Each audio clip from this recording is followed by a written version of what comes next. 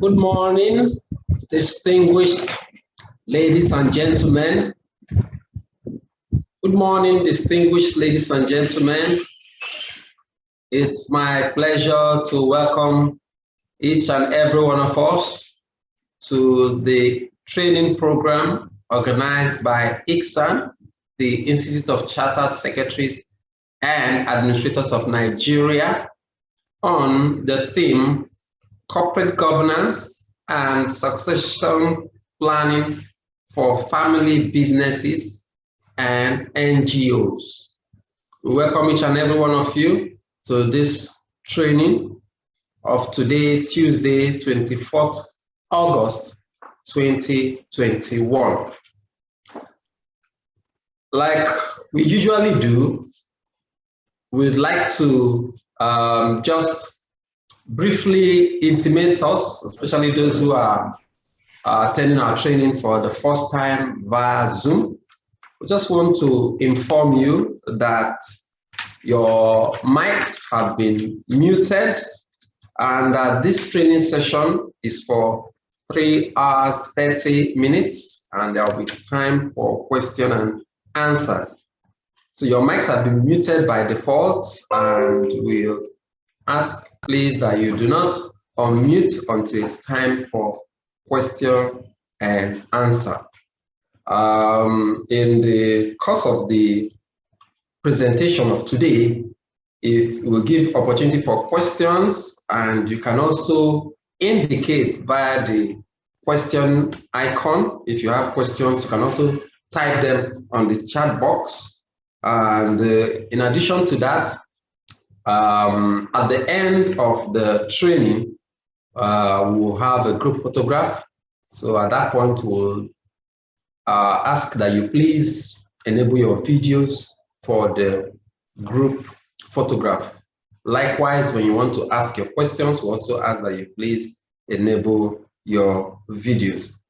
So you are in for a good time this morning for our training, because our training is specially and carefully packaged to ensure that it impacts the professional development of our participants. And we have no doubt that you will have something to take away at the end of today's presentation. My name is Akume Flaojiji, Senior Manager Operations, ICSAN, and I'll be with you throughout this program to the end of it. So ladies and gentlemen, once again, you are welcomed. And without much ado, I'd like to quickly introduce our speaker for today. We have two speakers actually, and I'd like to introduce the first one to us before he takes over this presentation. So our first speaker for this morning is the managing partner at Sebastian Essien and Associates. It's a firm of company secretaries and corporate governance professionals. He has over 15 years experience in corporate governance, company secretarial, business strategy, risk and compliance. He also has consulting experience providing a range of services to clients, including governance review, board assessments, director trainings, director performance assessment, executive coaching sessions, and board advisory services. Our first speaker for today is a certified corporate governance auditor, a CFA Investment Foundation certificate holder, practicing licensed chartered secretary and administrator, and project management professional. He also holds a Master of Business Administration degree in General Management and the Global Project Management Professional Certification.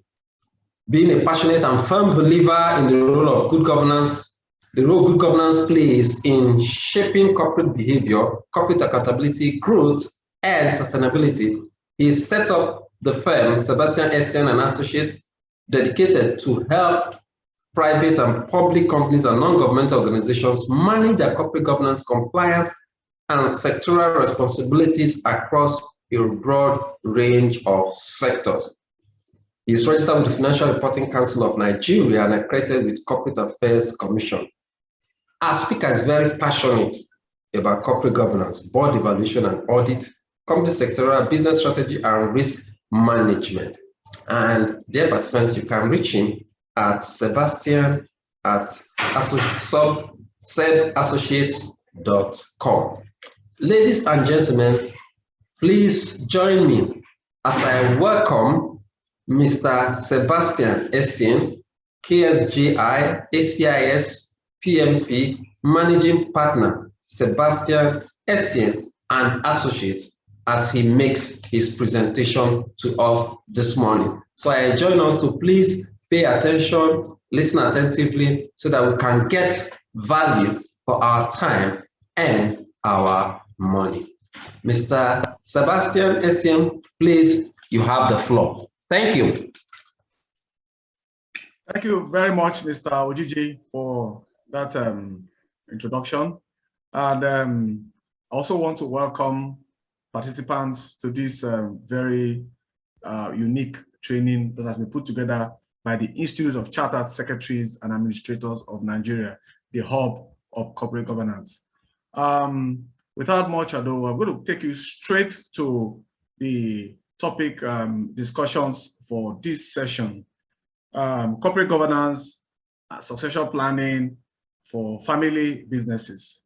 I will be covering the concepts of corporate governance and succession planning, and then strategies to ensure effective corporate governance through succession planning.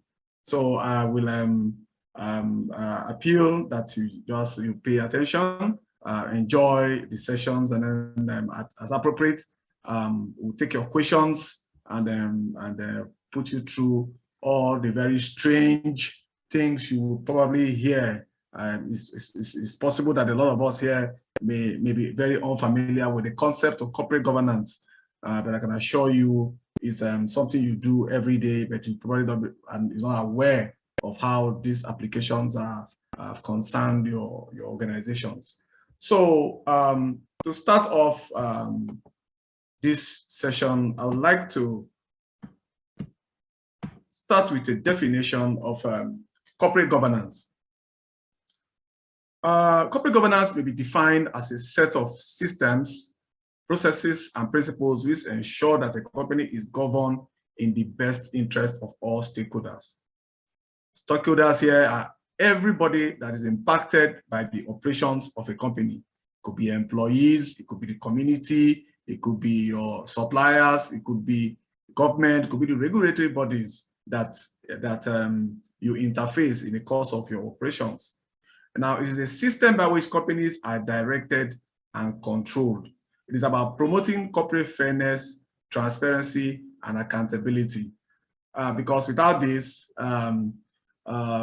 employees, communities, and all that will be screaming to high heavens that the company is making so much money and they are not getting anything in returns. So corporate governance is about ensuring that all the stakeholders are treated fairly, and that the regulators are sure, the shareholders are sure that the company is open and transparent, and that there's accountability by the management of the resources that have been entrusted to them. Now, corporate governance is affected by the relationships among participants in the governance system. This is corporate governance. Governance systems, there are several governance systems. We have the political governance systems, from the presidency to the local government. That is a governance system. We have the religious governance systems, depending on which denomination that you are. For instance, in the Catholic denomination, you have the hierarchy of the governance system from the Pope down to the parish priest at the local levels. So that is a governance system. And in between, there are lots of processes and principles and guidelines that we put in place to ensure that they operate effectively. Now, controlling shareholders, which may be individuals, family holdings, block alliances, or other corporations, acting through a holding company or cross-shareholding can significantly influence corporate behavior. Now, because this is very, very important. If we say that corporate governance is affected by relationships, it therefore means that people who have For instance, shareholders who have brought in money want to be sure that the people they've entrusted to manage their resources are doing that properly, and that they are also acting not against, for instance, social disorder, climate issues, and all that. So that is what one of the aspects that corporate governance deals with. Concept of corporate governance. Like I said earlier, it involves a set of relationships between the company's management, its board, and its shareholders and other stakeholders.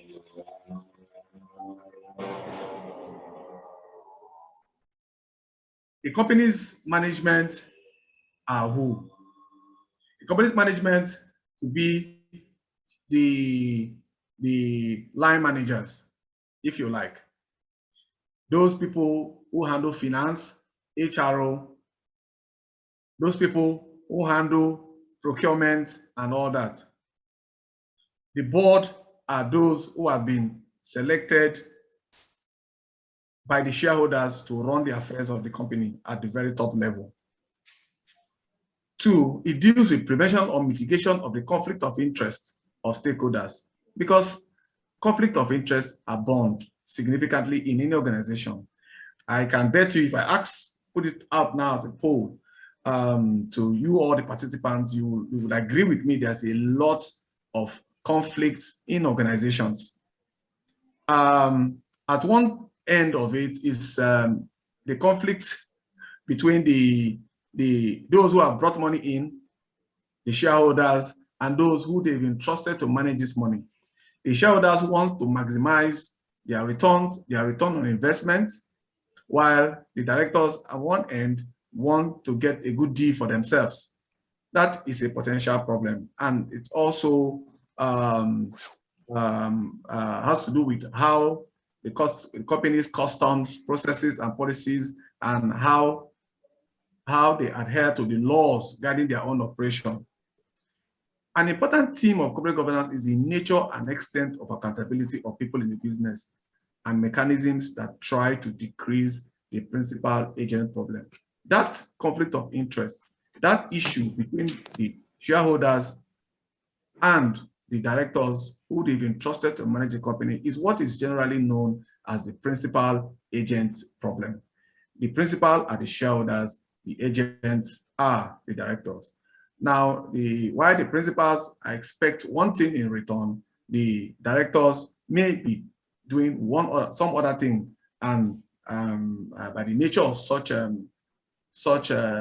arrangements, there is bound to be a lot of issues. So the concept around corporate governance is to ensure that there is good relationship between the company's management, its board, and shareholders, and then to mitigate the risk of conflict of interest among all the stakeholders, and then also to minimize the principal agent problem.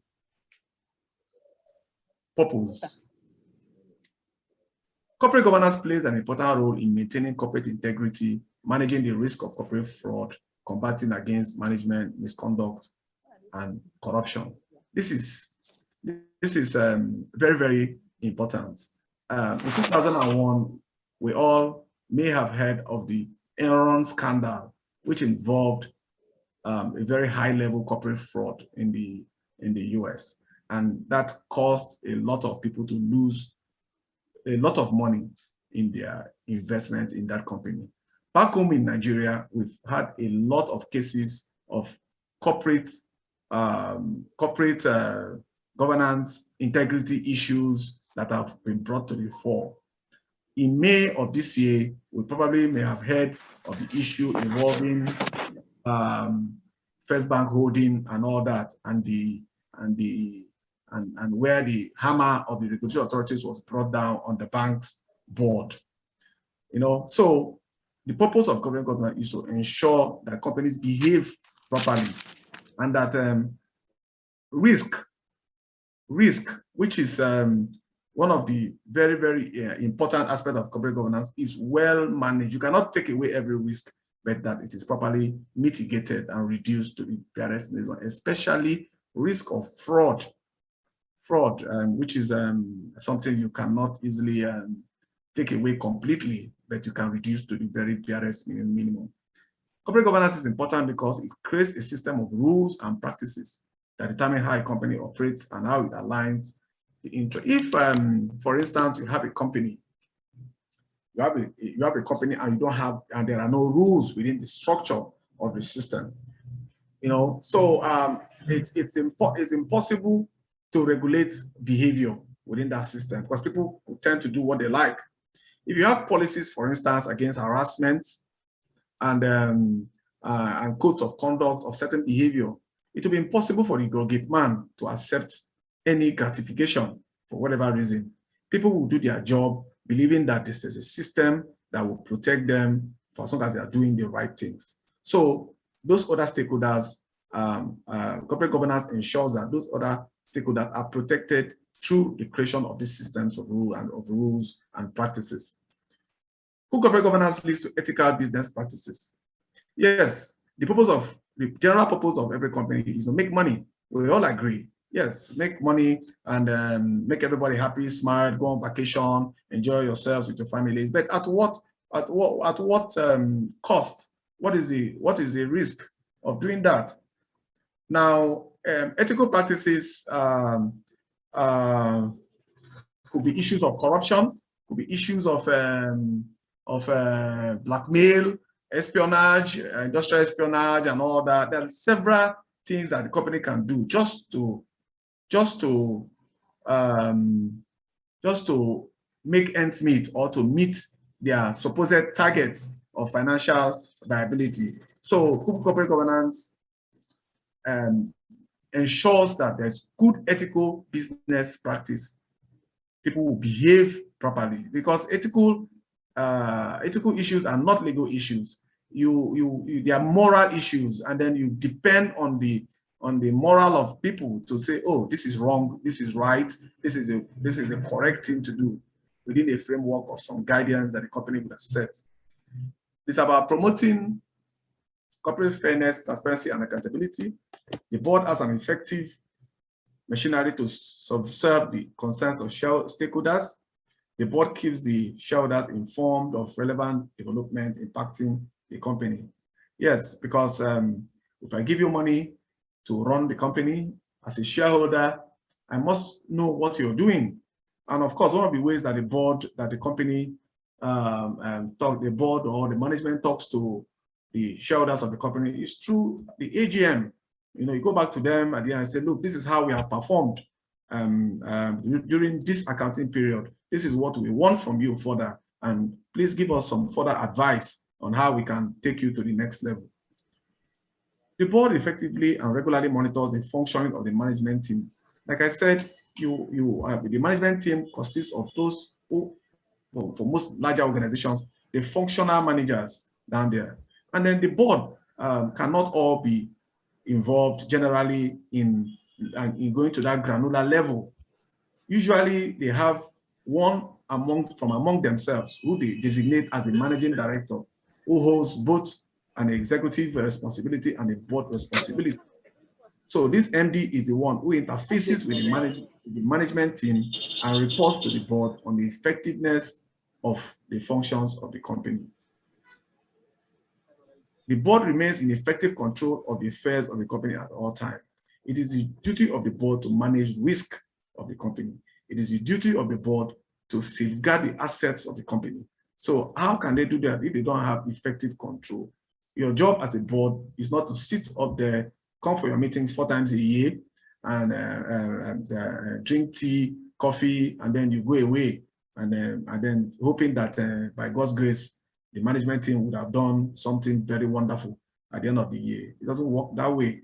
So you have to be in effective control, and there are strategies to ensure that those controls are there. Principles of corporate governance. There are 5 very important principles of corporate governance that you need to be aware of. They are the bedrock of corporate governance, the foundation upon which everything we've talked about so far rests. One of which is what is said to be the rights and equitable treatment of shareholders. Very important. Shareholders have rights. They have rights to attend meetings of shareholders. They have rights to be given notices of meetings. They have rights to have a say in certain decisions of the company. So you cannot, organizations should respect the rights of shareholders and help shareholders to exercise those rights. You know, they can help shareholders exercise those rights by openly and effectively communicating information and by encouraging shareholders to participate in general meetings. A lot of shareholders don't think that they should participate in general meetings, but it's very, very important because that is where you get to see what has happened during the year. And if the documents are right, you get to query what has happened. You have the information up front and you're able to deal with whatever queries you have. And then if directors are not performing well, you have a right to take them away at that point. Either vote them in or vote them out. You know, if you think the auditor is not performing well, you deal with that. And certain approvals that you are aware of it. Because where your mouth is, that is where you have invested so much, and then you need to be able to. So one of the main principles of corporate governance is to ensure the rights and equitable treatment. They must all, irrespective of the class, they must be treated equitably. Another very important principle is the interest of other stakeholders. At the beginning of this session, I mentioned a couple of stakeholders within an organizational system. You have the regulators, you have the government, you have the employees, you have your suppliers. There are companies who don't pay their suppliers, but they take a lot of things on credit and they owe them for a very long time. Sometimes the suppliers, most of them would have died without getting their monies. And the companies will be very happy that they are meeting their financial targets. There are companies who don't pay salaries. A lot of reasons could be attributed to that, but they owe their staff for so much. All these stakeholders have interest, and it is the duty, one of the principles of corporate governance, that those that are responsible for the management must take into account the interest of the stakeholders. You come to the roles and responsibilities of the board. The board has been set up at the very top level to manage and control the company, as we saw earlier. There are several ways that the board can deal with this. Now, the board needs sufficient relevant skills and understanding to review and challenge management performance.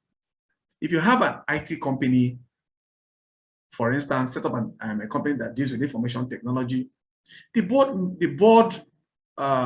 board's composition should be a blend of people who have good IT skills and at a very, very high level, and also other skills. You won't just have people only IT skills or people with other skill sets to manage a board for an IT company, because they have a responsibility to control the effective operation of the company. If they don't have those blend of skills and contributions, they may not be able to do that. Integrity and ethical behavior. Integrity should be a fundamental requirement in choosing corporate officers and board members. Because if you give me an appointment into a board, I check who the board members are. If I see any dent, it will be difficult for me to join such a system because it will impact on me. So when you Google and you're searching for certain names and you see certain unfavorable attributes or attachment to certain individuals, you can be skeptical to deal with such individuals. Disclosure and transparency. There's no gainsaying that it is very, very important that organizations should clarify and make publicly known the roles and responsibilities of board and management to provide stakeholders with a level of accountability. The annual report and accounts is one way that the board reports to the stakeholders. How true is that report? It is the duty of the board to detect fraud, not the auditor. So you and the stakeholders are depending on that. The tax people are depending on the correctness of that report to be able to assess you correctly. The community is depending on that report to see how well you're doing and how they can come in. Your employees are checking that report to see whether they can approach you for some better whatever that could enhance their productivity. You know, so in disclosures are very, very vital. And disclosures are very key, especially in public companies. For private companies, the structures are very informal. That is where the problem is. And they seem to hide a lot of things. But as you expand and you seek funds from outside and all that, there's greater scrutiny. And people want to see where you stand, what your document is saying. You know, so it's very vital that you adhere to these principles. This takes us to corporate governance in practice. I just try to itemize in a typical company. It may not capture all, but these are the very strategic and important role and of the key players and the key issues that boards and companies face in practice.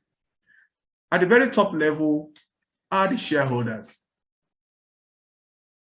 They are the ones who are generally at the start of the business.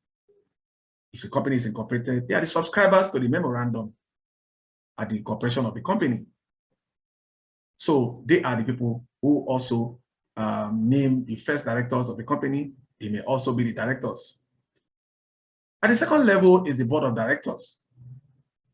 The board of directors, depending on the size of the company, these days we have a one-man company as provided by the newcomer.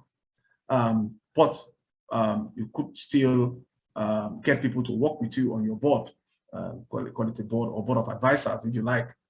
So the board of directors could have a mixture. It could have, you have the executive directors. I mentioned the MD at the beginning is an executive director. You could have executive directors for each of those functional areas of your business. Now, you also have your non-executive directors. These are people you brought in probably because of their high connections, perhaps, or because of their skills, exposure. You bring them in to support your business and to act as a check on the executive management of the company. So you could have your, if you're much bigger, like a public company, you could also have your independent non-executive director, which is like a senior NED, you know, something like that. Then at the next level, you have your chairman, CEO. There's a board. There will be a leader of the board, and usually the chairman and CEO. And one of the issues is that the segregation of management of the board and the day-to-day management of the company's business, it shouldn't be the same. The chairman and the CEO should be separate because of the issues of conflict of interest, and also for the company to better manage their performance and operations issues. You know, but these days, especially for private companies, more private companies, you see somebody gives you, go to a function, you see chairman, CEO, and then when you try to, why are you, it's my company, it's my dream, I'm the chairman, I'm the CEO, I'm even the MD, but there's no space for me to add it on the card. But the next card that I'll print, I will put the MD there. You know, it's my company, it's my sweat and blood. You know, so there's no problem. But there are issues. If you grow bigger, and you cannot be the chairman and still be the one that is doing the operations, and then they want people to come and put money in that company, it's not going to work. You know. And then, of course, we talked about board composition. We have talked about the nets, talked about the executive directors and all other players. You know, so there must be a balance of skills and experience. The balance composition of executive analysis, there must be a balance. You cannot have all executive directors. You know, And then non-executive director should be of sufficient caliber. You don't just want to pick for your non-executive director to pick any and anybody. You want people who can drive you, who can put you on the spot. You know, not people you just want to satisfy your friends, the upper friends and all that, if you don't mind. So list of directors updated and the responsibilities and functions identified. You must know who they are, and then their functions, properly recruited and all that. Responsibilities of directors. The responsibilities of directors are codified in CAMA. So, one of it is to ensure that the company is run properly, and they must run it in the best interest of the company. So directors hold a very, very important position. They are officers of the company, and they are liable for any corporate governance or corporate statutory law infringement. And they may go to jail, hefty fines. We've seen a lot of it in the past. There are so many directors of the failed banks in the past. We just had recently, some of them have been jailed, you know. And it's a very serious business. If you're contemplating being a director in the company, you must take this very seriously. Yeah, you must be sure that you understand what your roles are. Not just directors, you're just putting on your suit, going to Lagos Oriental Hotel, sit down, drink tea, drink coffee, and then you have a good time. No, it is not. You carry a lot on your shoulder, you know. So you must be up and doing. Shareholders' engagement and communication, very, very important, because you cannot have people who have given you money and you just put them aside and then think that, okay, the law says I'm the one in charge, I'm the one responsible for management of the company. Okay, but the law has also said that, look, if you don't do well, the shareholders can remove you. So what do? There are some directors who take sides, who want to identify certain shareholders and deal with them. Oh, this is my own man. He's the only one I should give information about the company. The other people let them come and drink tea and go away. No, there's what is called now shareholder activism. You know, shareholders are becoming bolder these days. You know, and they are taking it up with management seriously. So it's an issue, and we must be very careful as you're dealing with your shareholders. Be upfront, be transparent, put the right documents. The companies, especially public companies, they have what is called, I'm sure most of you must have heard, investment desk,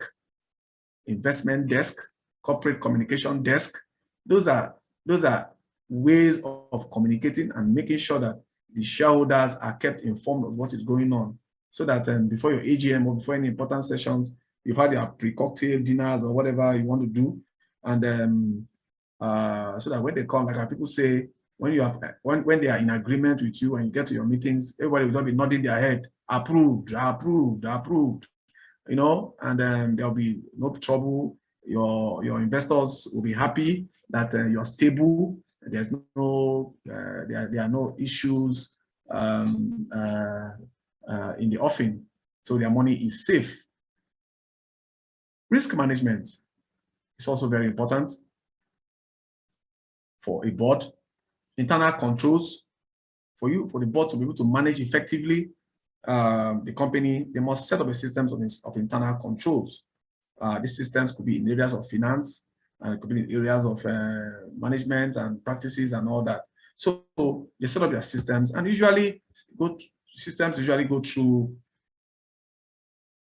have an internal auditor who reports to your let me take you back to the board composition. There's something I missed in the board composition. The boards, usually for very large boards, they have what is called board committees.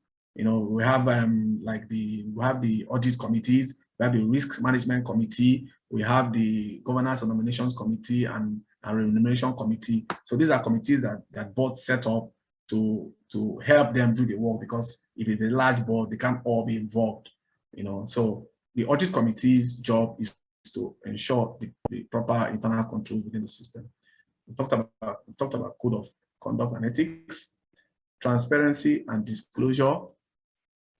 we've talked about it earlier, sustainability.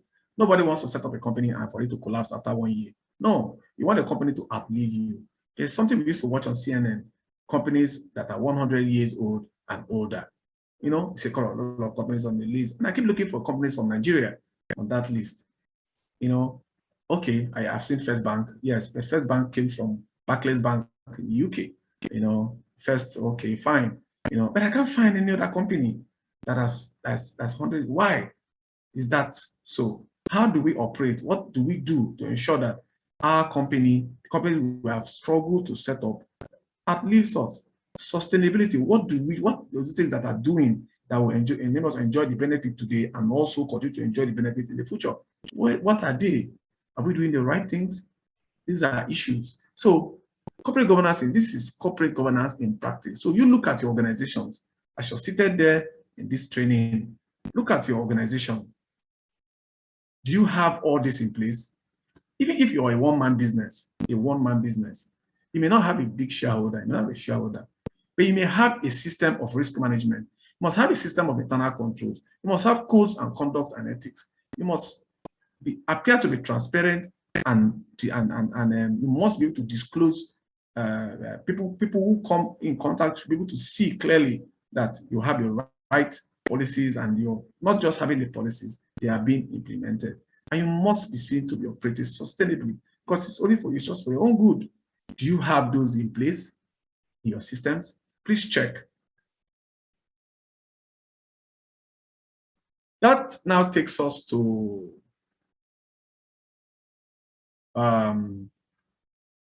succession planning. One of the other areas of governance that we'd like to look at. Earlier, we looked at, or a while ago, we looked at the issue of sustainability. How do you ensure that a business continues or is sustained beyond certain times or beyond the lives of the founding fathers or the owners and all that? Not just for public companies, private companies, even for private firms, hospitals, those who run whatever kind of business you run.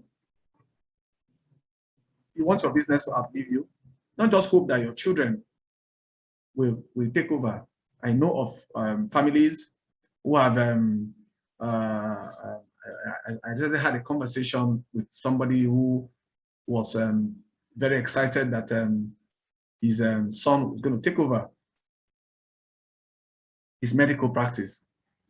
Unfortunately, he sent him to the UK, and then the young man took to music, and it was devastating for the founder, you know, and he attempted to disown the boy and all that. But that is what it is. And there's a lot of issues right now, and he wants to see how they can want to convince the young man but it's late at this time because the boy has made up his mind and is into music, and that's his career, and that's what he's choosing. So we're now back to the drawing board to try and see how they can groom a successor who would eventually take over the operations of the hospital. So these are the issues, you know, regarding sustainability in your practice. And one way of dealing with that is through what is known as succession planning. Now, succession planning is having the right people in the right place at the right time.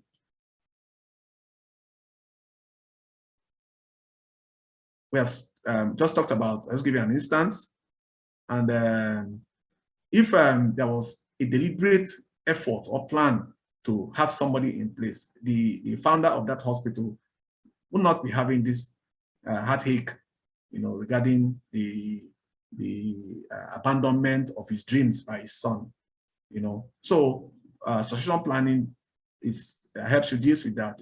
You must take steps to have the right people in the right place at the right time. It's also an ongoing process of identifying and developing future leaders. You must be able to see your pipeline. You know, this is people that I'm grooming. to take over. A lot of people don't do that. People just like if I put it in the poll now, I say, how many of you here have gone to the probate registry to submit or to register your wills? I can bet you that 90% of people here have not even thought about it, because there's a cultural thing about wills, about registering your wills. You know, it's the same thing. If I ask now, how many of you here have a succession plan? People who will take over from you. I'm sure a lot of you will be wondering, how is it that I'm going to die now? No, I'm going to be here for a long time. By that time, you know, people will, you'll probably be thinking along that line, you know, until it happens. Until it happens, or until a key person in your organization leaves, then you get stranded, become stranded and all that. So there must be that process.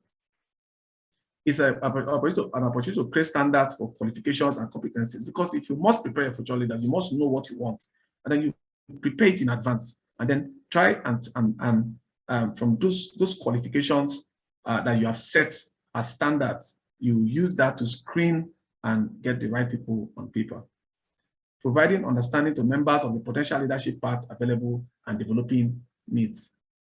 People in the company want to see how far they can grow. You cannot be in a company and you're putting in so much, and then when you think that your foot is on the door, they just bring somebody in front of you. Wow, this is your new manager. This is the one that's going to take over. Yeah, we just brought him. It creates a lot of problems in organization. I'm sure a lot of you would have experienced that in your businesses and all that. You work so hard, you appear to be the apple of the MD, you sleepless nights, you meet all the targets, and then during the announcements, when they're supposed to announce you as the successor, the MD just turns and says, oh, we have a successor here, please everybody support the successor. You just faint now, because I mean, what is this? After everything I've done, I thought I was in the good books. I thought I was, you know. So if there's a succession plan in place, people will know what is available. They know when to leave the system and when to continue in the system. And lastly, it provides a liquidity event, a fluid event, namely transfer of ownership. Because when something happens, their company, somebody goes on leave, there's a problem, serious problem. He's on leave, come back next month. No, the file, he's on leave, he has the file, he has died, we don't know where the file is. You know, so these things are, and most especially for owners.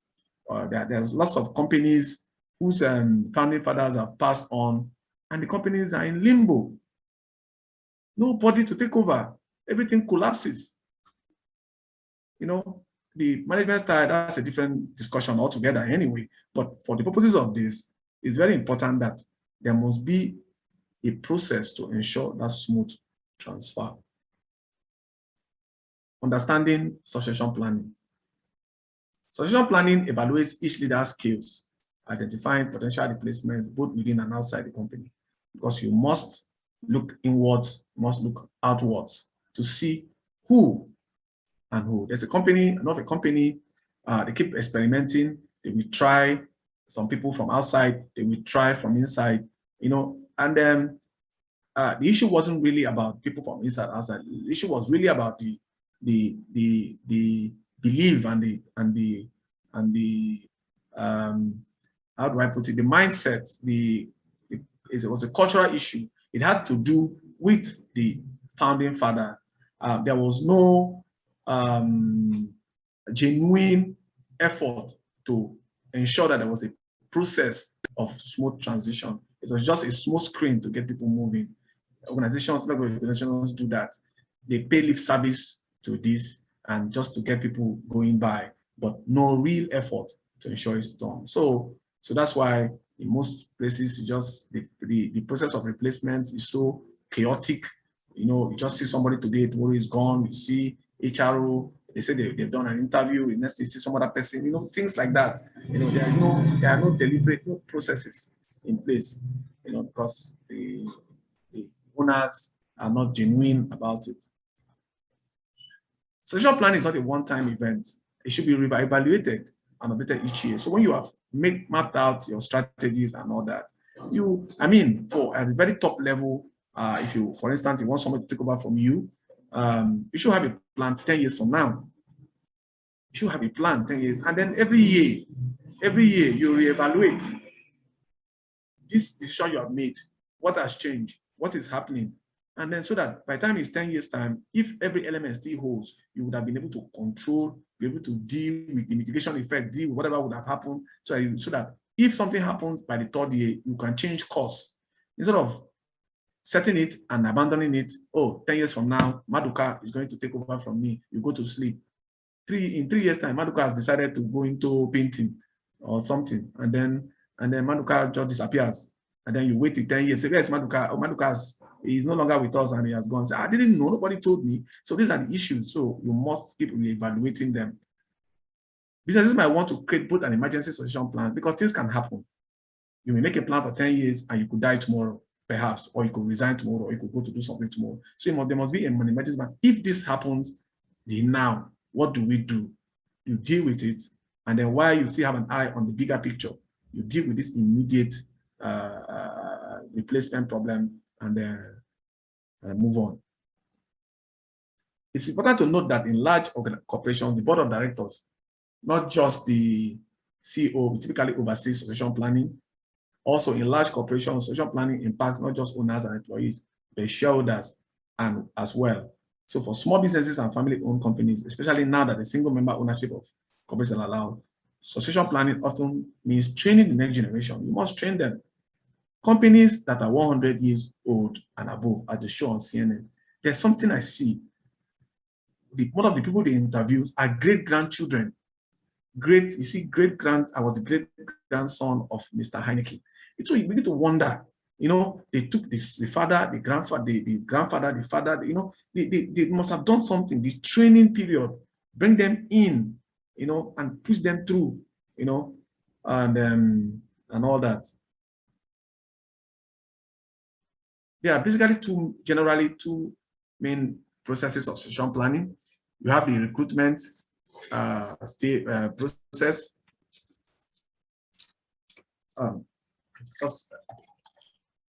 Please allow me to take a glass of water.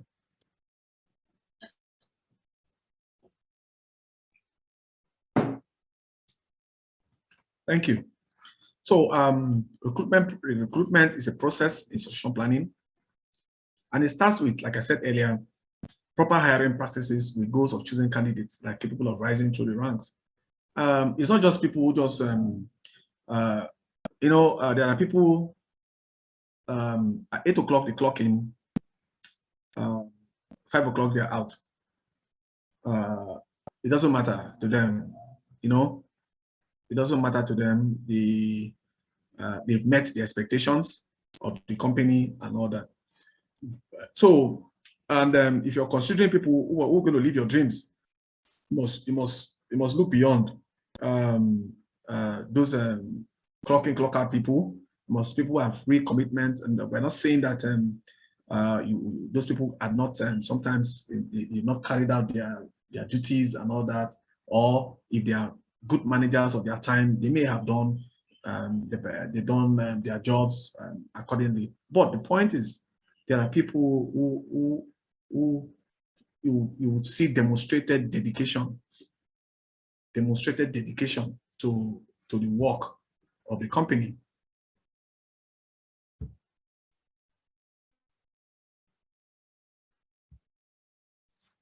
Training includes the development of skills, company knowledge, and certifications.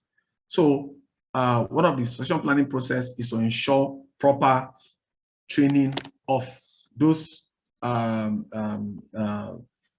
people that you believe will be able to take over from you. So the training might include having would-be successors cross-train. There's sometimes what's called shadowing positions. Somebody can make somebody your chief of staff, also to shadow the MD, you know, and then he learns on the job. He can send people to departments to work with departmental heads. They learn on the job. You rotate them around the company so that they can have a feel of what is going on. This process can help the person become well-rounded and understand the business at a granular level. Because it is what when you understand something from the founder, especially when you didn't found it, you were not part of the startup process of the company. You must understand where the vision is, what drives the vision, the focus of the owners or the founders of the company. See if that tradition that they want to continue to maintain, that you are able to live that vision after they have gone.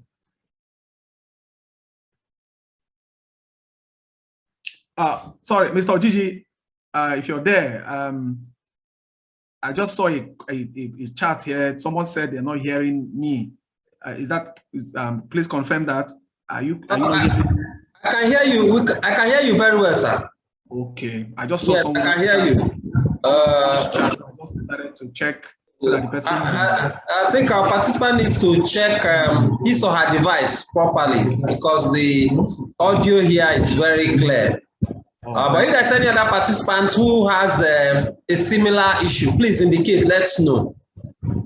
If any participant who has a similar issue with the audio, please let us know so we know whether it's from our end or the individual participant. Thank you. So Mr. Vincent Adebayo, please check your audio. Check your audio. Let us know if you still cannot hear. This is my highest level of voice right now. I can let me see if I can increase it more. Please try, and someone else, please try increasing your audio. Okay. That's your response to Mr. Adebayo. So Mr. Adebayo, sorry about it so far, but try and increase your audio, and then hopefully let us know or let the institute know what's going on. Thank you so much. Okay. Benefits of succession planning. As you can see, generally, if employees know that there's a chance for advancement and possibly ownership, it can lead to more empowerment. I mean, who wouldn't want to be in a place where you know that in the next 5 years you can be the MD of that company? Why wouldn't you be there? You're very sure. You have some guaranteed level of confidence that if you work very hard and put your foot right, you could rise up to general manager. You know, so succession planning enables that. And when people believe that they stand a chance, you see them happy. They are happy doing their jobs. You know, because they know that there's something more bigger in front of them. You know, knowing that the company is planning for future opportunities reinforces career development. Yes. If an employee knows that he stands a chance to become the CEO, he would think of going for an MBA, perhaps going for a business course, planning to boost his career and his chances, getting more knowledge. You know, so these are one of the benefits of succession planning. Management commitment to succession planning means supervisors will mentor employees to transfer knowledge. You know, there are some companies you go to, the supervisors, everything about the company is in their laptop. If you ask for anything, they will tell you to try your best, do your best, and God will help you. They don't teach anybody anything, don't show you anything. And when you make the mistake, they are very good at writing queries, you know, issuing log reports, you know. But if there's a process of succession planning and there's a commitment, the supervisors will be very happy because they know that if they do their job well, they too will rise. You know, management keeps better track of the value of employees. Yes, if employees are behaving well, they are taking their career seriously, putting in their best, managers will be able to know those valuable ones. And then when there's opportunities arise internally, you can say, oh, James, there's a vacancy in the top floor. Okay, yeah, Mary is quite resourceful. Let's get Mary here. She has demonstrated, you see, opportunities internally. Instead of bringing people from outside that will create more problems, they have brought them again. We are here suffering. We that have been here suffering. Now the enjoyment has come. They brought people from outside. I'm going to leave this company tomorrow. It happens a lot, and it creates more problems. With succession planning, leadership and employees are better able to share company values. Yeah, sure. You know, it's not just lip service. You know, we are doing. You don't just, you keep saying the vision of this, the vision of that, the vision of the future, the vision of the future. Yes, employees should key into the vision of the future. Yes, in 5 years, nothing is on ground. Yeah, there is no, you're not, they're not seeing anything that will make them believe that there's really a future on the ground. You're not paying them their salaries. You're living, and the lifestyle of top management is at variance with what is going on. They don't really understand what direction the company is going to, and they keep seeing people come in and people go out, and then management at every opportunity will say the vision of the future, the vision of the future. People are tired of that vision that they cannot see. Vision is not just drawing some graphs and the arrow pointing northwards all the time. They want to see something that really show that graph is really sitting on something, so that they will key into what you're really talking about and be part of it. Shareholders of publicly traded companies benefit from proper succession planning, such as the case when the next candidate for CEO is involved. For public companies, there are guidelines, corporate governance guidelines that they adhere to ensure that these processes follow. CAMA also provides a system of rotation of retirements for directors and all that, and then also have periods between which CEOs can stay and retire. So it's, for public companies, is quite clear, because that's very fundamental. Public traded companies, if there's a collapse or there's a problem, the impact on the economy is quite huge. Investors, there's usually loss of external funding, loss of influences from outside and all that. So people want to be sure, the regulators want to ensure that those events that affect the companies don't translate to something that will affect the economy. So, and leadership is one very key thing. If you sit down, if you want to invest in a company and you suddenly hear that the CEO, something has happened to the CEO, you will hold back a bit. Probably if you were connected to the CEO in either by principle or in one way or the other, you could hold back to say, hold on, this CEO, I love this CEO. He likes climate change a lot, and it would have been a very good fighter for climate change, and I've invested in this. I like this kind of company, that give their quota to. No, the next CEO, I'm not sure the next CEO can.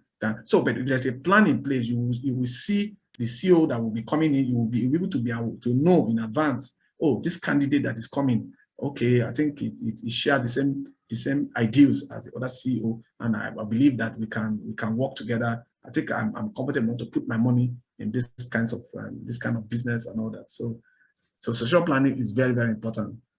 Social planning can also cultivate a new generation of leaders, thereby providing an exit strategy. Just like a liquid, a pipeline. You come, you go. I still go back to the 100 companies that are 100 years and older, as shown by CNN. You see those generations of leaders coming.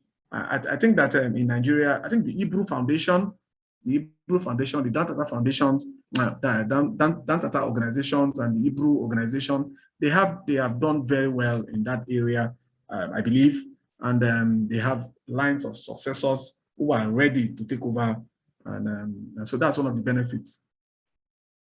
In all these discussions, there's what is called the theoretical framework. There's a basis for this discussion, because these conversations must sit on something. One of the models was propagated by someone called Churchill and Hatton in 1987. Now, the model describes the succession process between father and son in a family firm. Details of this will be taken by my co-colleague in the next session. But the most important thing for you to know is that there's the stage one is the owner manager. This is the stage where the owner is the only member of the family. Just like a lot of us here, we are the only members of our family, and we take direct, and we are everything in the business. So our children are not involved in the business yet. Well, we are still strong. We are going about enjoying ourselves, Then as we get older and all that, next stage is the training and development. Here, the offspring and managers start learning the business. First, you bring your child to come and become come and do is IT. Oh, the next thing, come and do is use service. The next thing, oh, come and work in the company for some time under a manager. You know, so gradually, day-to-day activities, you delegate some powers and all that. Then the next stage will be the partnership.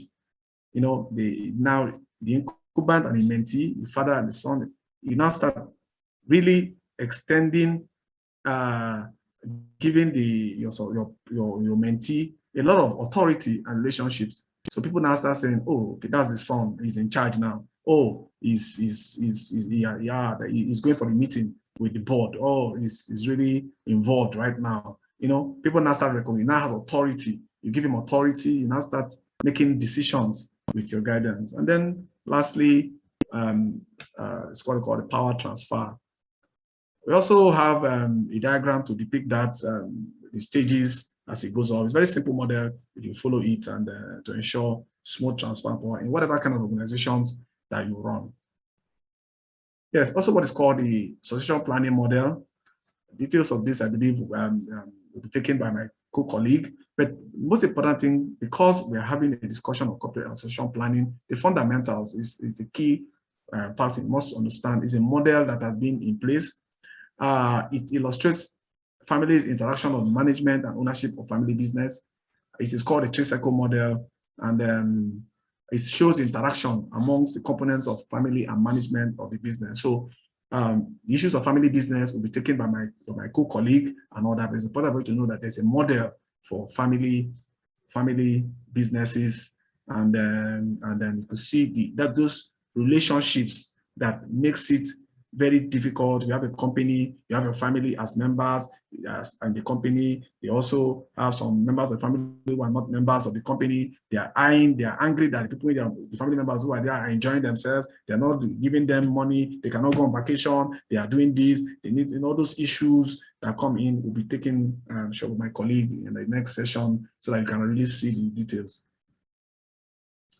Ensuring effective corporate governance through succession planning. How is that possible? There's a very important guideline. I don't know how many of you here, you are familiar with the document, the Nigerian Code of Corporate Governance 2018. That is the Bible of corporate governance in this country. Now, before this time, there were lots of codes for different sectors.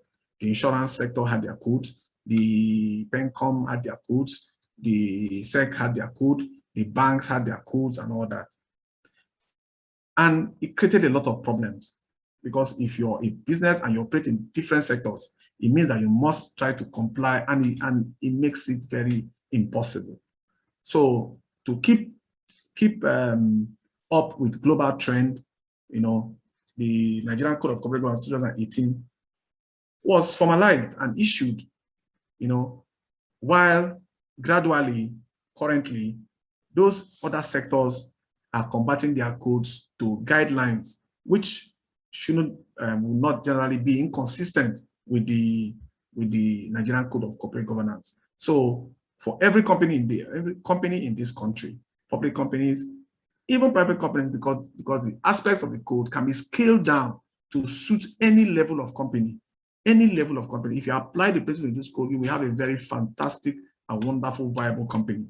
You know, so one of the principles of this code is the role of the board. We talked about the board and what the board can do. You know, a successful company is aided by an effective board, which is responsible for providing entrepreneurial and strategic leadership, as well as monitoring, promoting ethical culture and responsible corporate citizenship. As a link between stakeholders and the company, the board is to exercise oversight and control to ensure the corporate management acts in the best interest of the shareholders, while sustaining the prosperity of the company. So why? How? It is board's job to set strategy. One of the jobs of the board, matters reserved for the board. One is to set strategy at the very top level. That's one of the jobs reserved for the board. Your manager can come up with all the proposals. They go to the board will look, where are we going to in future? Are we taking this company to? That is strategy setting. And at that level, their job is to ensure that this company is sustained. And in doing that, one of the recommended practice is to ensure the establishment and implementation of the succession plan. Because of what use is strategic plan when there's nobody to follow it up? Of what use is it? you set up your plan and all that. They didn't bother about what happens to the people, current leaders. What happens if anything happens to them? Do we come and set up a new, or what happens? There must be a plan.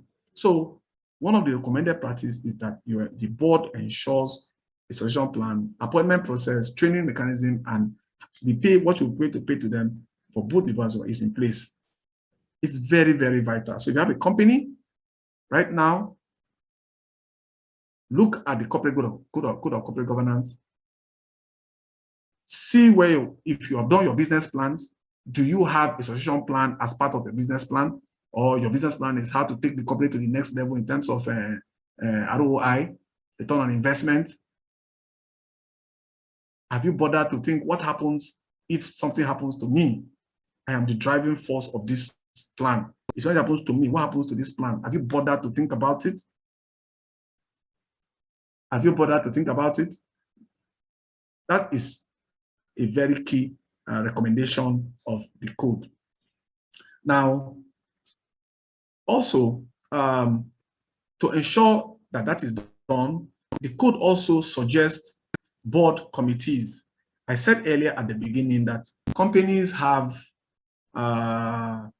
boards have committees, they stop committees to help them manage the company. I mentioned the committees to include audit committee, a nomination and governance committee, a remuneration committee, and a risk committee. For this purpose, it is the nomination, a committee called the nomination and governance that deals with ensuring continuity in the management structure. So the board should consider assigning responsibility for nomination and oversight of governance to a standalone committee. And for no matter the size of your company, try and, if you're a small company, have a framework for managing that. If you're a big company, have a board, have that committee in place. Have that committee in place. The code outlines those who should be members of that committee to ensure that there are no conflict of interest, the right things are done. Succession planning as an element of corporate governance. Succession planning is the process of identifying and grooming suitable candidates to replace current leaders when they leave, retire. Succession planning ensures that there is a rich source of experienced and capable people. Yes, because if they are not there, every plan you have made becomes a nullity. To ensure that the business continues as a going concern, every part of the annual report of a company is a report that the company is a going concern, because investors want to see that that this is going to be the last year of your operation. So one of the ways of doing that is to demonstrate a way of transferring power to the next person to continue after the founders or current leaders. The activities of the managing director, CEO, chairman, and board of directors and company secretary are critical to ensure that there's a process of eligible successors.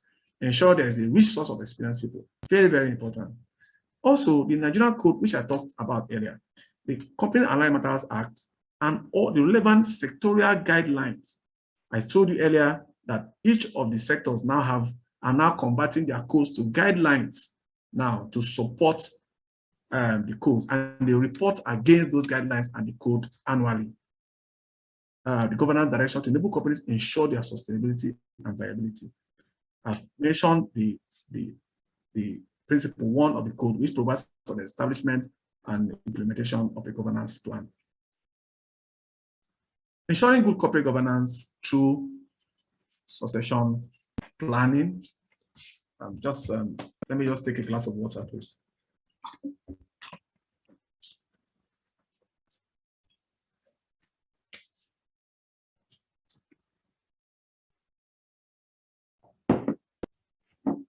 Thank you very much.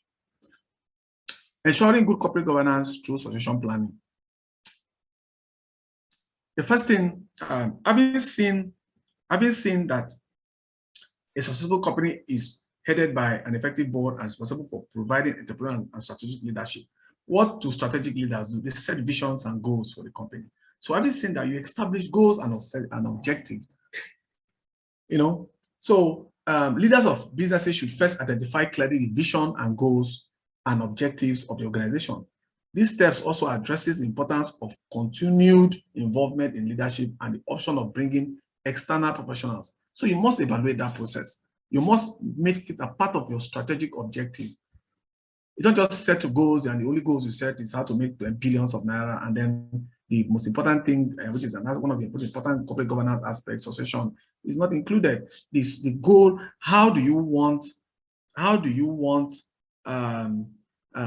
what can you do to mitigate the effect of a sudden departure of somebody who is tied to the success of those goals?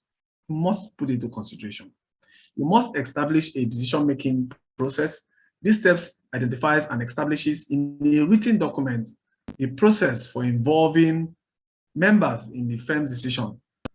You must have a document in place so that there will be no infighting. There's a lot of cases in Nigeria recently, some companies, after the demise of, there's a lot of infighting, not going to mention names there, but a lot of fighting going on. You can avoid that. Establish a sound governance structure. I've said it. It doesn't matter the size of the company. Establish a board of directors. Invite people to join you. Set up board committees, especially that nomination and governance committee. If you're large, have a shareholders agreement in place. Have a code of conduct, and then have a remuneration structure in place for the board and senior management. These are the because we looked at, if you look at the definition of corporate governance, it's about a system, a structure, a process.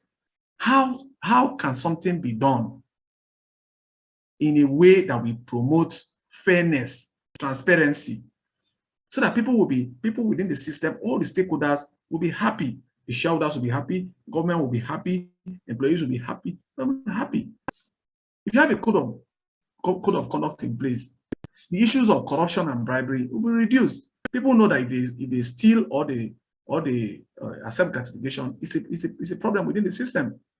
They know that if you harass them, whether sexually, whether bullying, within the system, they know there's a problem with the company. They can see that, they can see it clearly. They can see that if they behave in this way, they will derive these kinds of benefit. Then have a remuneration structure in place for the board and senior management. You see, because of the agency, principal agent problem, it is important to ensure that the directors, there's a strategy to make them satisfied. You could offer them some shares in the company. You could offer them a performance bonus. You could do something so that they will focus on that. They know that if they do behave in a certain way, this is what they are expecting. If you leave it open and then expect that God will come and God will be, like we say, teachers will always say, their reward is in heaven. No, these directors are here. They are working, they are carrying out their statutory duties. You, the shareholders, you put your money, you're waiting to take your dividend at the end of the year. And they know, the directors know that if they declare dividend, and then they come to you, you could create some problems for them. So before that time, they could cut corners, they could do certain things just to enrich themselves, put monies in their pockets, and then do all sorts of things. Go outside the company's what's it called? The companies, what the companies was set up to perform. They could go outside those roles and do something else. Company was doing agriculture. You see them, they could go into petroleum or go into something without the authority of the owners of the company, and take additional risk that could cause more problems for the organization, just because they want to line their pockets with the extra monies that they believe they could get from those systems. So one of the structures is to ensure that they are properly catered for, and then it will help to reduce that issue of that principal agent problem, because it's there, it exists. Don't just think that because you brought somebody into the system, he's a director, he's a director, I brought him in, he's my church man. No, he's my church man, no problem, everything. No, you'll be shocked you'll be shocked what you will hear. There are lots of cases abound. Lots of cases. So let's just be careful about this. Have a process of inducting, welcoming, and training successors in the business. One of the things for boards is an induction pack. You could set that up within your system. HR can help you do that. Your company secretary will deal with that to ensure that you have, when a new director is coming in, you give what you need to give to the person, how you need to show the person. Because most people just come in, oh, directors, and then they don't even know what is going on in the company. They've never visited the company in the last, since they became directors. You see them, that is if they even come at all. If the board meetings are quarterly, you see them 4 times a year. Some don't even know their the management level. They don't even know who they are. So you provide an induction, you welcome them, you also train them. The Institute of Directors, Institute of Chartered Secretaries and Administrators, they have lots of training programs set up for directors to go and learn about their duties and what they should do. Establish a succession plan. Do you have a succession plan in your organization? Is it part of your business plan? Is it part of your operating plan? Is it part of your strategic plan? Do you have a policy on succession? It's like every other policy.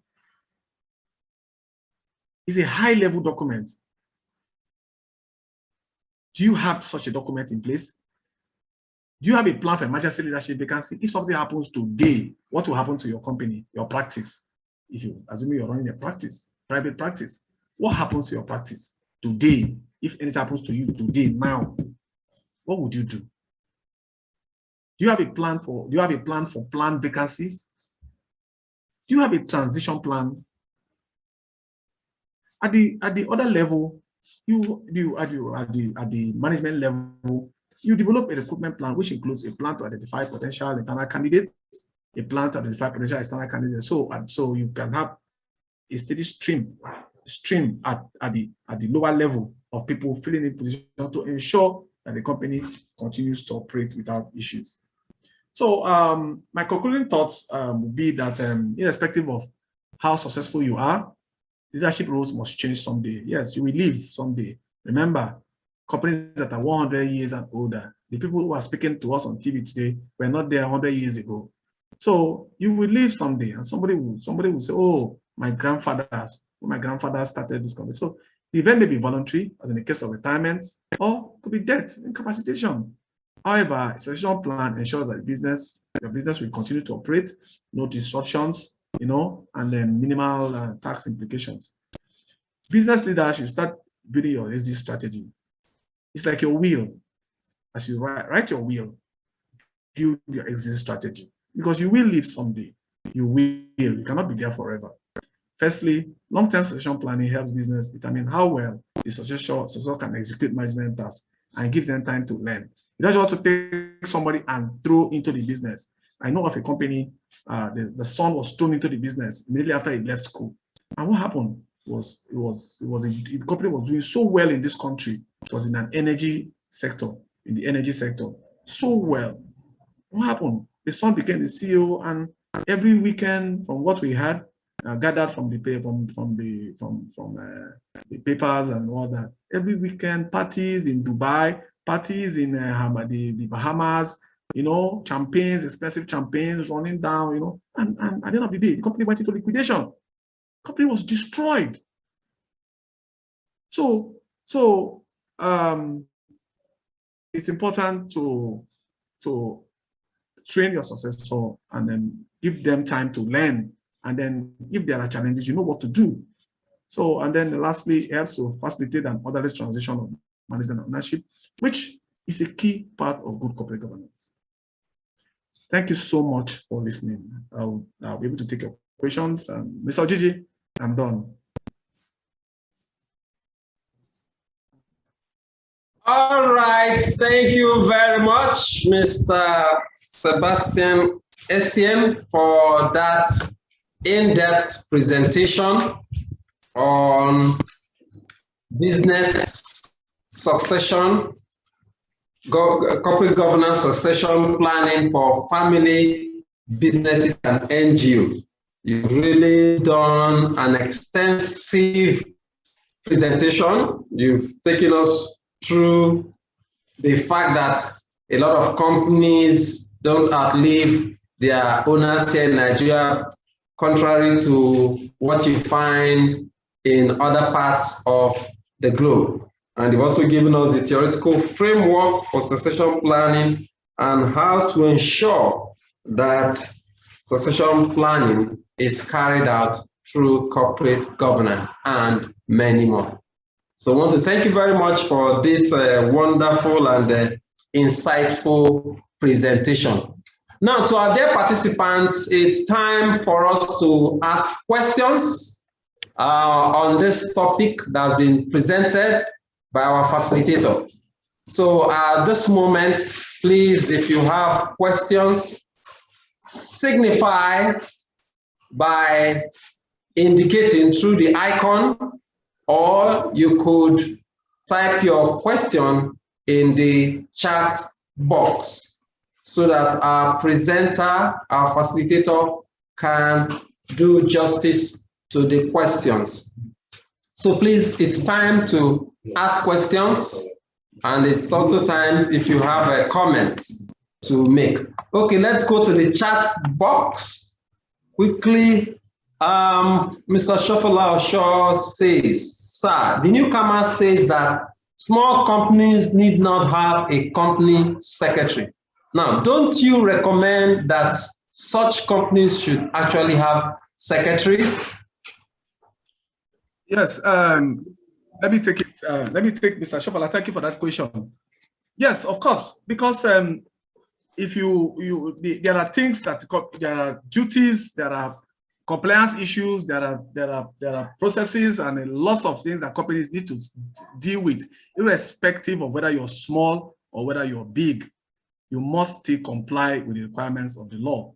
So it is strongly recommended that you have a company secretary, even though the CAMA says you need not have one. But it's important that you must find a way to demonstrate that you're doing the right things. And having a company secretary will help you put your mind at ease that a chartered company secretary, a qualified company secretary in place will ease your mind and ensure that you are doing the right thing. You can focus on your other core business area. Okay, so thank you. Are you true, sir? Yes. Okay, thank you. Okay, let's go to the next question before we take Mrs. Franklin. There's another question in the chat box. Yes, a business. Yes, there's another question in the chat box. A business owner without children, how does he or she ensure succession? Yes, we have said that if you have a vision, you've set up a business, and your belief is that business should outlive you. Whether you have children or not, you must have somebody in place. You must have people. You know, I mean, if you don't have children, it's probably you have family members too, who share the same vision as you and who could continue to drive that vision even when you are gone. So succession planning is not necessarily about children. It's about the continuation of the purpose of you setting up that business and how you ensure that even when you're gone, that business continues. So you could take from your family members, it could be your friend, it could be someone from outside who shares your vision. So it's not about, but if you have children who are eager, who are willing, fine, fantastic, you know, but it's really not about the children, it's about the continuity of the business, you know, after you have gone. Okay, thank you very much, Mr. Essien. All right, so at this point, let's take Mrs. Sophia Abiri Franklin. Mrs. Abiri Franklin, you have the floor, ma'am.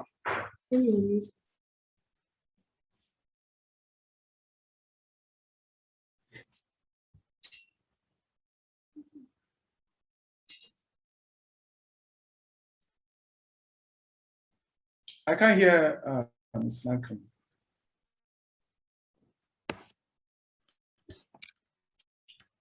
Is she speaking? Mr. Ojiji, I can't hear her. Yes, we are trying to unmute her. Just a minute, sir. Just a minute, participants. We are trying to unmute Mrs. Abri Franklin.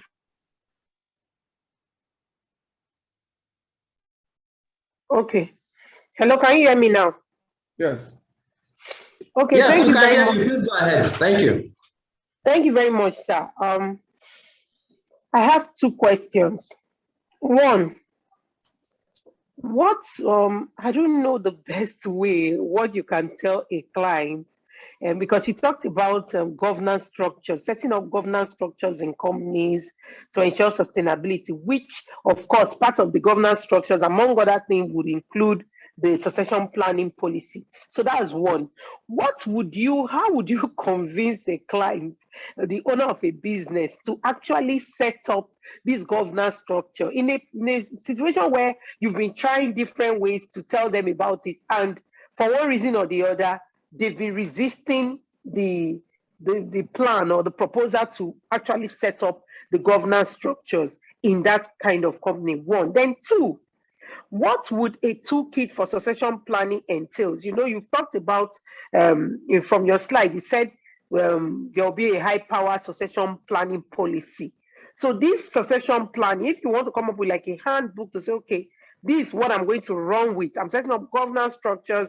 Part of it, the key thing I want to achieve from this is that at the end of this year or this next 10 years or so, or this period, this company should be able to ensure that everything is in place for proper succession planning. What would the policy document entail?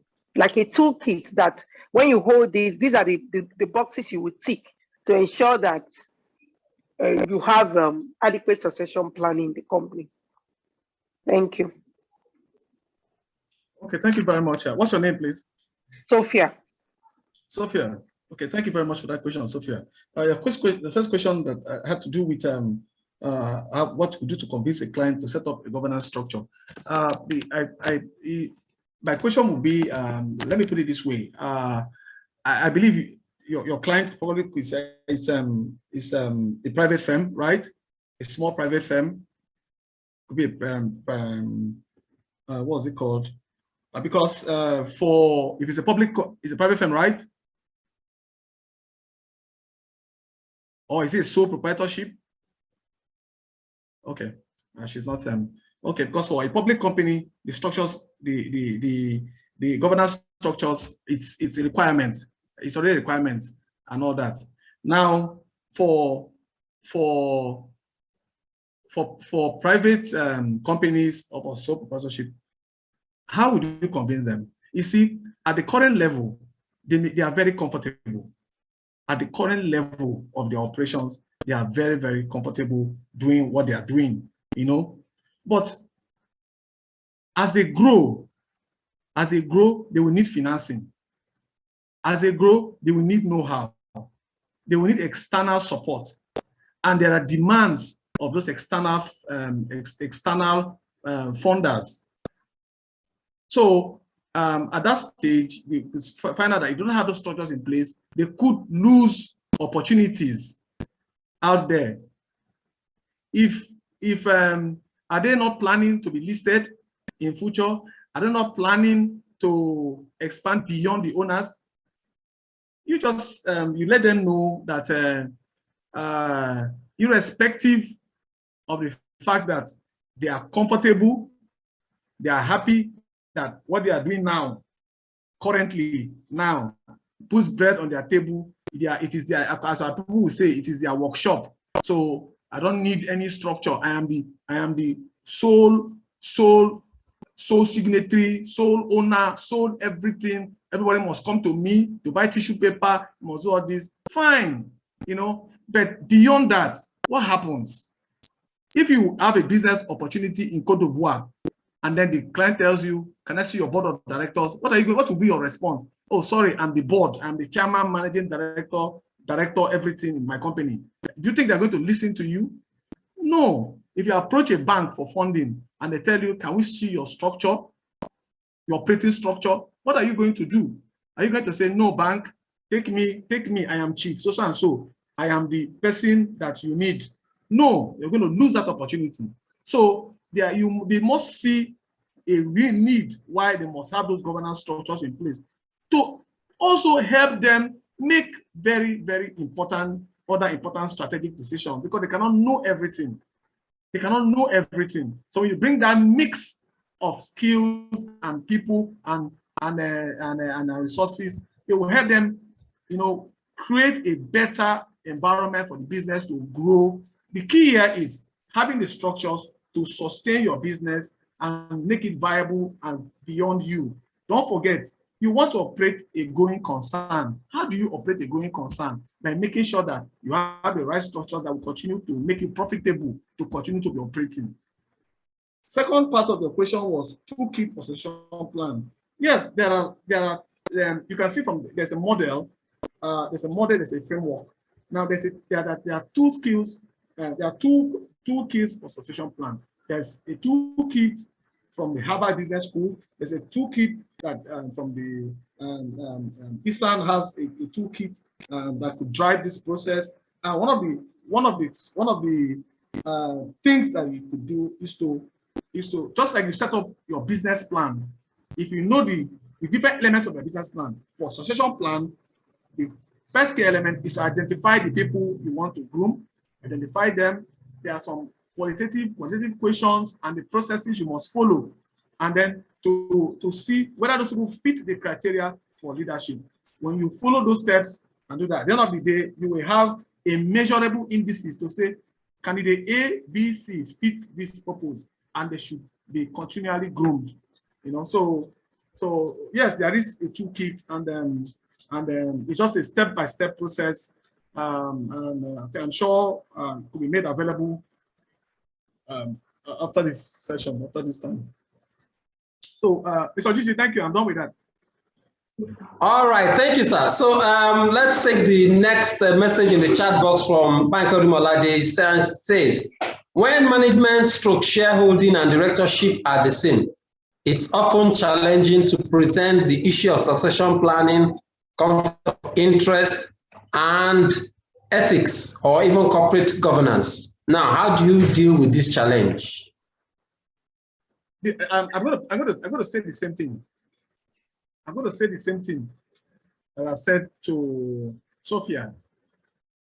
Now, what is the objective? What is the objective of the company?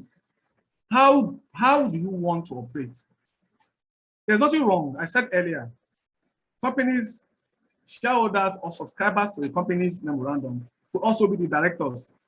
But again, for smaller companies, fine.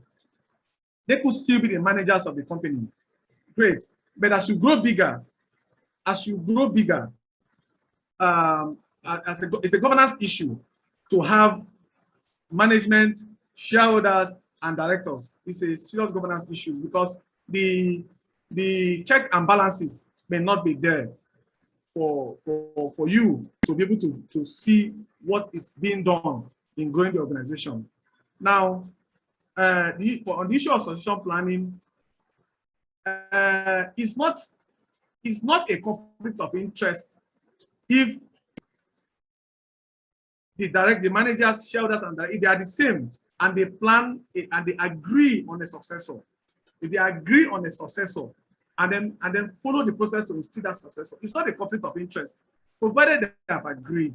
But now, from your write-up, it appears that this is most likely a family business where everybody is connected. My co-colleague, my co-facilitator will treat the complexities and issues about family, this intertwining of those relationships, go and look at the model that I gave to you there. You see where the manager is a family member in the company, is also a family member in the board, is also, so those are the issues, but it doesn't take away the fact that you must have a plan to decide who is going to take over from whoever is controlling the company. They must agree. There must be a family document. There must be a constitution. There must be a charter to say when Papa dies, C is in Duka, that will be over. Do we agree for now? Yes, we sign it, and then everybody stays. So that will be my response to this question. Okay, thank you very much, sir. Okay, the next question says from Tayo KD, where a company has a board of advisors as opposed to a board of directors, how can the advisors be held accountable or culpable for malpractices or other vices, as in the case of directors that legally can be culpable under CAMA? If you the position of the board, the position of directors, or collectively called board of directors, is very, very clear. It's unambiguous. It's clearly stated there, board of directors or directors, if you like. You know, now, if you have directors and you change the nomenclature to board of advisors, it does not remove the fact that they are directors if they have been selected as directors following the correct process by CAMA. So they cannot escape liability for whatever infringement, CAMA infringement that they default on. Now, if you have a board separate from the board of advisors, then that's a different matter altogether. The board of advisors are probably they are there to advise you, and the overall responsibility still lies with the board itself. So they advise you. If you like, you take it. If you like, you don't take it. But CAMA holds you, the directors, responsible. So and again, the nomenclature of board of advisors usually is not common around this area. Usually board of directors. But like I've told you, if the board of directors is called board of advisors, they are liable to the provisions of CAMA. But if they are separate from the board of directors, the overall responsibility still lies with the board of directors. So we need to be careful and all that. Accountability and all that lies with the main board of directors. So let's be careful with the nomenclatures. I wanted to say that whether you were referring to a non-governmental organization, I wanted to speak to that, but I think unless you clarify that, but I think I understand what you're trying to ask. So that's okay. Yes, okay. Okay, thank you very much. We are gradually winding up, but let's just take a question from Mr. Shofola Osho. He's raising his hand. Please unmute and speak, sir. Thank you very much, sir. Thank you very much. I just wanted to add to what the presenter has said. And first, let me thank you for a very comprehensive presentation on the topic. But to go to the last question, I agree with you. Yeah, if they're appointed, if the board of advisors have been appointed as directors, then the issue of attaching liability is not really it doesn't come into question. It's very clear. But on the issue of when you have a board of advisors, let us remember that the concept of shadow directorships. Shadow directorships.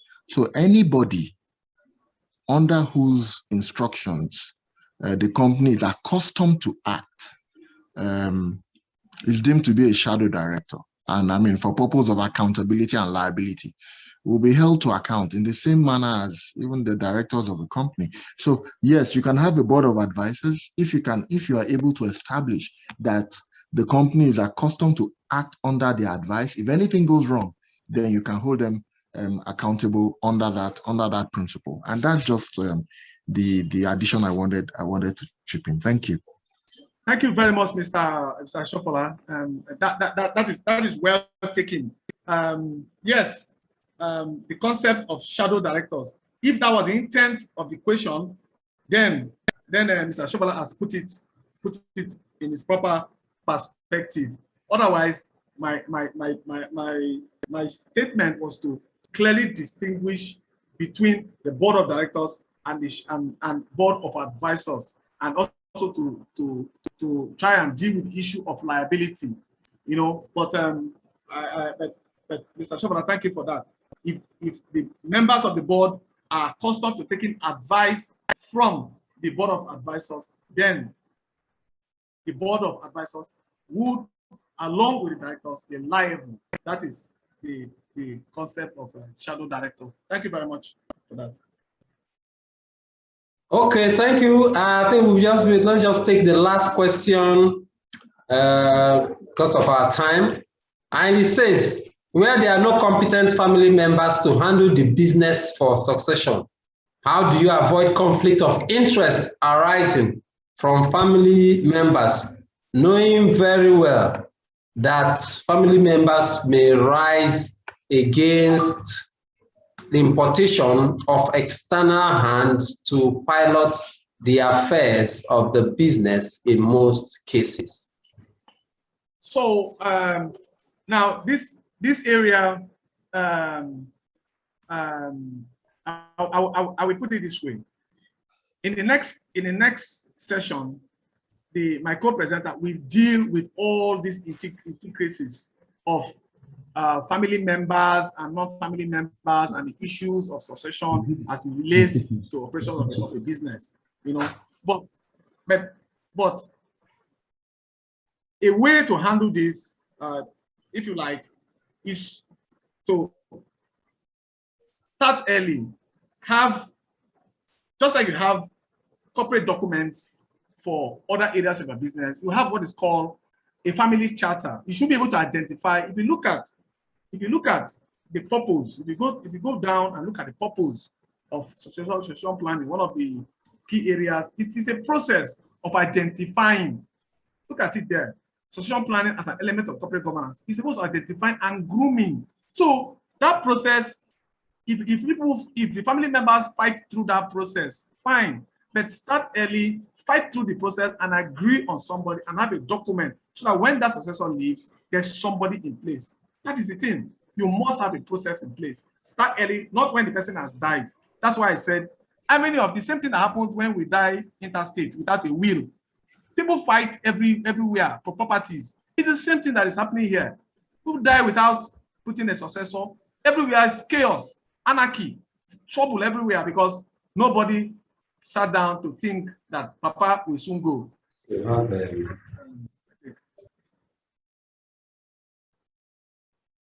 All right, Mr. Ojiji. Okay, thank you very much, Mr. Sebastian Essien, for your presentation.